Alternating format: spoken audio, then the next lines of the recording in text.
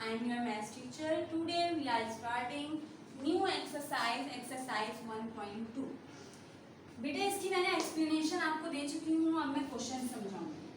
Question number 1 है,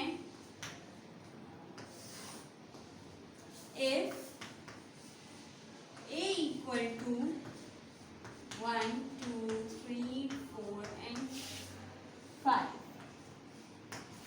b equal to 1, 3, 5, c equal to 1, 2, 3, d equal to 2, 4, 2 and e equal to 2, 4। ठीक है बेटा, मैंने आपको पहले भी बताया था बेटा कि ए में अगर पहले सेट में वो तमाम नंबर मौजूद हो, नीचे के सारे नंबर्स में मौजूद हो, तो ये सेट कौन सा सेट कहलाएगा? Universal set.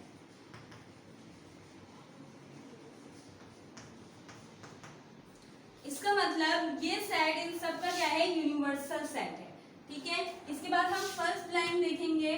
ये कह रहे हैं B is a proper subset of A। B जो है वो प्रॉपर सबसेट है A के। बेटा प्रॉपर सबसेट का मैंने आपको पहले ही बताया था कि प्रॉपर का मतलब प्रॉपर सबसेट वो होते हैं जिसमें दूसरे पहले वाले नंबर के तमाम एलिमेंट्स दूसरे वाले में मौजूद हों। जैसे इन्होंने कहा B जो है वो सबसेट है A का, तो B के तमाम एलिमेंट A में मौजूद होना क्या है? लाजमी है।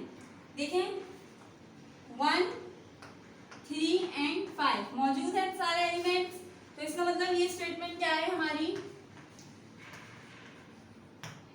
ट्रू। ठीक है बेटा, इसके बाद सेकंड में ये कह रहे हैं C is an improper subset of A। C जो है वो इम्प्रॉपर सबसेट है A के। बेटा इम्प्रॉपर का मतलब होता है जिसमें हमें तमाम एलिमेंट्स मिल गए हों, सही है, जिसके सारे एलिमेंट्स हों, सेम हों, लेकिन आगे पीछे हों। ठीक है, अब देखें इसमें 1, 2, 3, यानी C जो है वो इम्प्रॉपर सबसेट है किसके? A के। है कि नहीं है? है ना। देखें 1, 2, 3, सो ये भी क्या हो गई हमारी? ट्रू हो गई। इसके बाद ये कह रहे हैं बेटा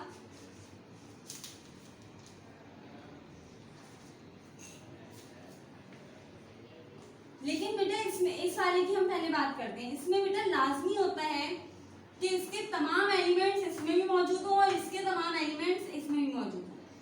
तो इस पॉइंट ऑफ व्यू से इम्प्रॉपर सबसेट की टर्म देखी जाए तो ये क्या हो गया हमारे पास? रॉन्ग हो गया। ठीक है, यानी फॉल्स हो गया।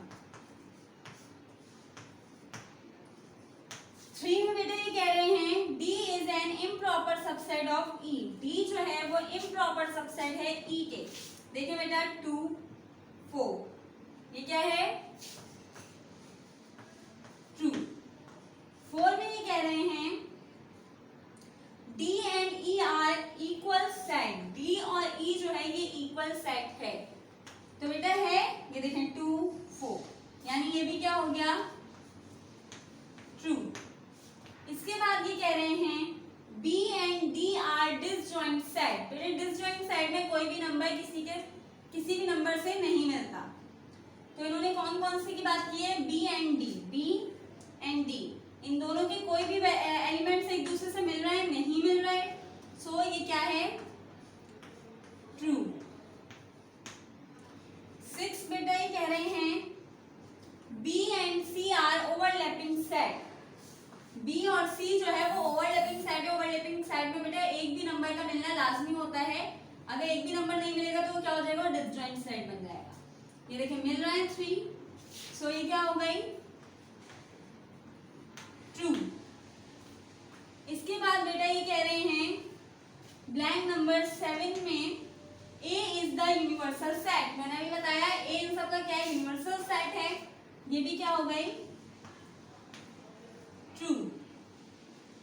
इसके बाद बेटा ये कह रहे हैं ब्लैंक नंबर 8 में B is the subset of C। B जो है वो सबसेट है C के। सबसेट का मैंने अभी बताया, सबसेट में लाजमी होता है कि इसके तमाम एलिमेंट्स दूसरे वाले में मौजूद हों, ठीक है। भले दूसरे वाले में और भी ज्यादा एलिमेंट्स हों, लेकिन उसके तमाम एलिमेंट्स उसमें मौजूद होना जरूरी होता है, लेकिन ऐसा इसमें नहीं है। तो ये क्या हो गया, फॉल्स। इसके बाद बेटा 9, ये कह रहे हैं D and E are overlapping set. D और E जो है ये ओवरलैपिंग सेट है, नहीं है, क्योंकि इनके सारे एलिमेंट्स मिल रहे हैं, ठीक है। तो ये क्या हो गया,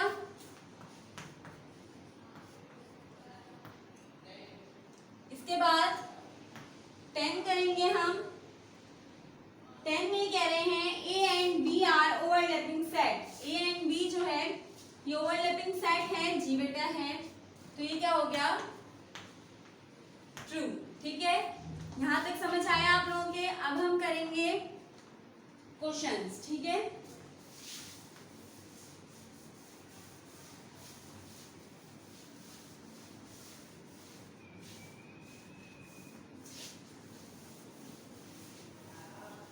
बेटा मैं आपको 2 क्वेश्चंस करके दिखाऊंगी, बाकी होमवर्क पे जाएंगे, ठीक है।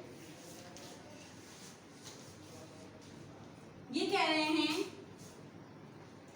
Right all the subsets of each of the following sets, ठीक है।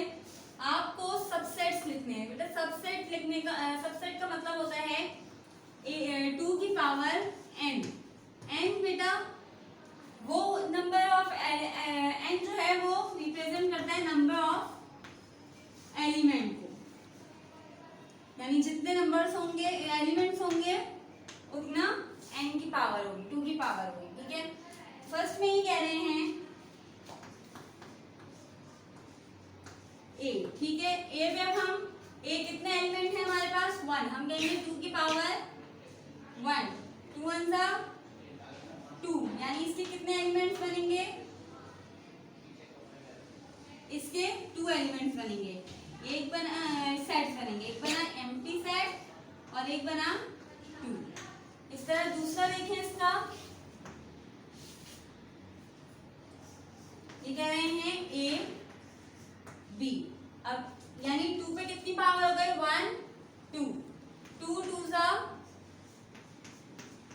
4, ठीक है। अब हम कहेंगे इसके कितने सेट बनेंगे, 4। सबसे पहला एम्प्टी सेट, दूसरा 2, दूसरा A, third B and 4 A and B, ठीक है बेटा। इसी तरह आपको इसके सारे क्वेश्चंस करने हैं। अब हम क्वेश्चन नंबर 3 करेंगे।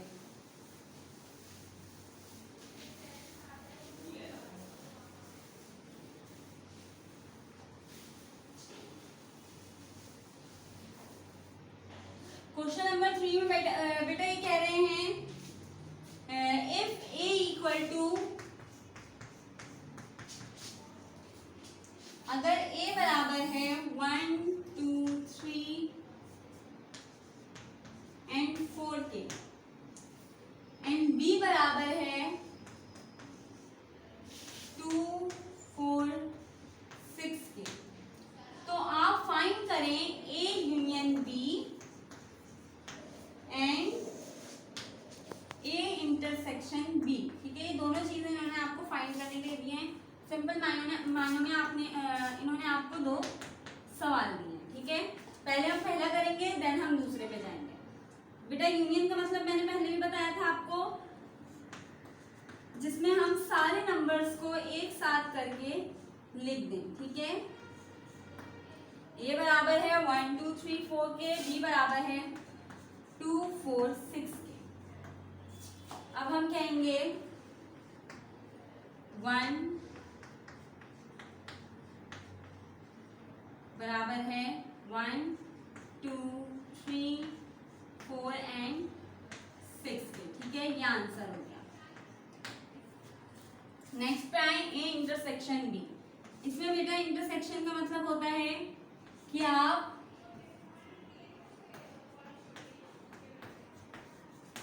सारे नंबर्स को में से कॉमन को निकाल कर लिख दें, ठीक है। अब आप निकालिए इसमें से कॉमन, 2 and 4, यानी सिर्फ 2 आए हैं, 2 and 4, ये हो गया आंसर। ठीक है बेटा, इसके बाद हम करेंगे क्वेश्चन नंबर 6।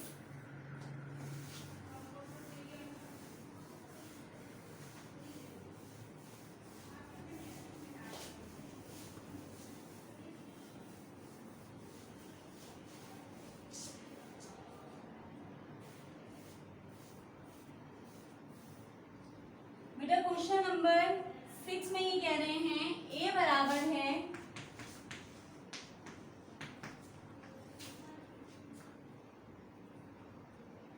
3, 6, 9 के,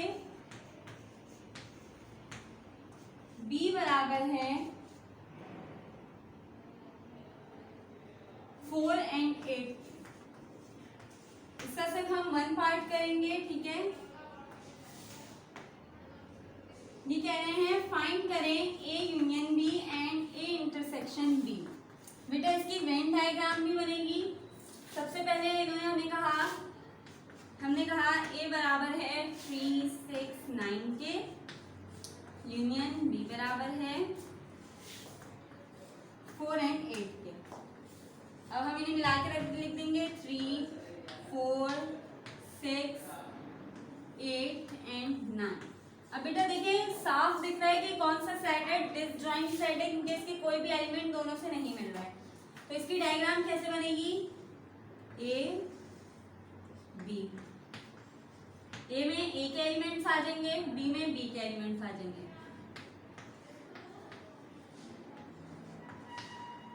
और दोनों में फुल कलर हो जाएगा। A intersection B,